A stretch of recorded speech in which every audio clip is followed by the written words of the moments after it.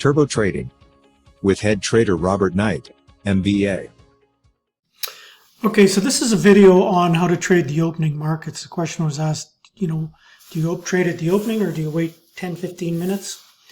And normally so first of all, if you have to sort of twig us into a trade, we have two main types of stocks we're going to be looking at. We're going to be looking at stocks that are gapping up is what we normally look at the most, and stocks in the pre-market gap up, and then stocks that gap down in the pre-market as well.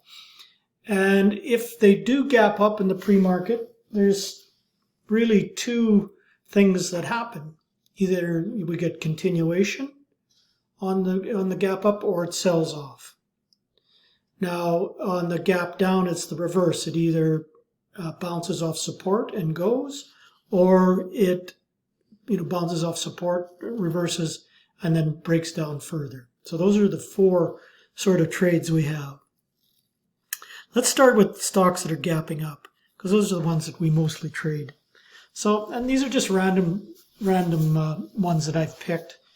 And don't worry about the percentage gain, or not the percentage gain, but the actual dollar gain or penny gain, whatever the case may be, because we're just looking at the patterns here. So we see this stock in the morning, or yesterday afternoon, gapped up, pulled back, and then this morning, big sharp rise up, gapped up, and pulled back just before the opening. So how do we trade this? Well, the amateur trader will see this first pop and then try and chase it, and maybe he or she, as the case may be, gets in up at here near the top at 2 1/4. It fails and pulls back and finds support. So now this person is already down 10%. And when it goes again, it has to move 10% before they even break even, and then another 10% to gain. So in the first 10 minutes or so, 5 or 10 minutes of the market, in this case, there's the first 6 minutes, it popped. In 8 minutes, it pulled back. And so we're not trading this. I mean, if you're really quick and you catch this, maybe, but that's usually an amateur move.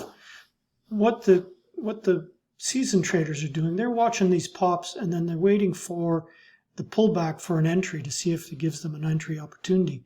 And in this case, it did. It came back and it held the support at the $2 level. Bounced off it. And then you can see that it popped at the apex of this wedge here, popped out. That gave you an opportunity to enter this, maybe around 215, or you bought it, you get this capitulation, next green trade in here, gave you an opportunity to enter around 210. And then it popped, and so it held the 50-period moving average, popped out of a wedge. There's a much more solid entry level. If you chase these, chances are, it's not going to go anywhere, and you're going to lose on it. You may catch it, but you're better off to miss a continuation than continue to get beat up by them selling off. So you wait. In this case, you could have seen that it was 6 minutes before you wanted to trade this, and it did pull back. So you're just waiting for it to give you a pullback entry up, and away it goes. Another one that we looked at today was this GMDA. This gapped up. Now this is the scenario I was just talking about. Another one I talked about. At the opening, it sells off sharply, but it does find support here. Now you had to be quick to catch this, but you can see that it had the pre-market support right around 236, and it bounced off that. So you could have done two things. You could have tried to catch that bounce, or wait till it got up through the key resistance area here at the 250. Again, not chasing it, popped up, pulled back. Now you see that it held the 250, which is key support for it. There gives you a chance for an entry up, and then it trades up to 285 and around 285. So not a big dollar mover, but it's the chart pattern that we're thinking of. Let's see, VAXX. Now this is a bit of a different story. It didn't gap up or anything. It was sort of quiet at the opening. It was up a bit on the day, but this gapped up, right at the opening. I don't like to chase these because you just never know. And sure enough, it halted, and look what happened. Absolutely got whacked back down, a full dollar. If you had caught it at 750, well, depending on where you caught it on this sharp up, you're better off to wait for it to pull back and maybe give you an entry opportunity. Here it did. Gave you a few. Here's your first pullback entry up here on this first green candle to make a new high at 8 1/4. So you may have missed, initial 50-cent move, but at least you know that it's pulled back and it's probably found some support and it's going to go. If you bought it up here with a hope and a prayer that it was going to continue off and you got whacked, you'd be, down $1 before you even get started. But here's your first pullback entry up. Well, this one actually could have been here one as well, but here's your first pullback entry up around 8 1/4, popped, or when it popped out of this wedge pattern, and away it went, it traded to 10 1/2. But again, you're waiting for these patterns to develop before you jump in, because when you jump in, you have no idea which way it's going to go.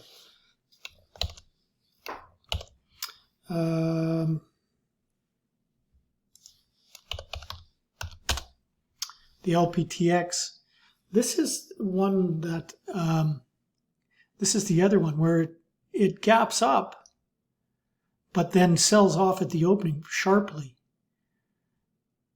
And so when a big sharp sell-off, it pops, pulls back, you get a double bottom in here. This gave you an opportunity to at least look at this.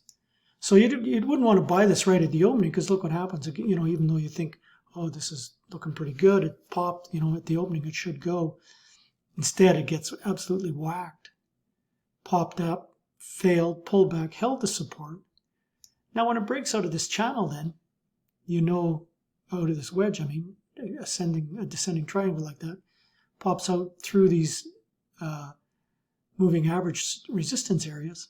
There was an entry up maybe around there, around 3. Popped up through 3, traded, well, again, this is not a dollar, a good example with one of the big dollar move. It's the chart pattern we're looking at, but you can see it did get into a nice trend and go higher. Now, here's one of the reasons why we give it a few minutes before it opens, before we want to trade this. SBEV, huge gap up in the pre-market. And just before the opening, trades up to 520. But at the opening, it sells off very sharply. Tries to find a bit of a bottom here, but just continues to drift off. So again, if you were all excited about taking this trade because the pre-market was surging, you thought, oh, this is going to continue. You need to wait 5-10 minutes for it to develop a pattern, and it never does develop a long pattern. It's a short pattern. It continues just to drift off. SBEV Vine was another one. After hours was very strong. Gap, super strong in the pre-market. Pulled back. Big, look at this huge engulfing bar. If you had to chase that up and weren't able to get out, you lost over $1 in very quickly.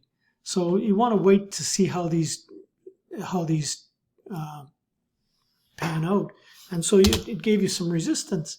So you'd be you're waiting for this. You don't want to buy this right at the opening. You want to wait till it develops a pattern for you to trade. And in this case, it never did and backed off. Now, a couple we don't normally trade the gap downs, but this is a gap down type trade. And here's your big gap down. And at the opening, it does spike. And then, but you can see it failed. It got up to up into the resistance area, pre-market resistance, and failed. So this wasn't going to be a stock that was going to have continuation. Failed there and came back sharply. Now it's just consolidating. So it was down for a reason. CRDF, here's the same thing, gap down. looks like there's some strength coming into the opening, and it does take a little pop at the opening.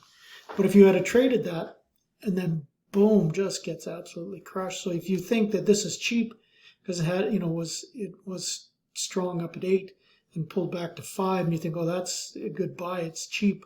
Yeah, it's a good buy, all right. And boom, off it goes down lower. So you need to, it took a little pop.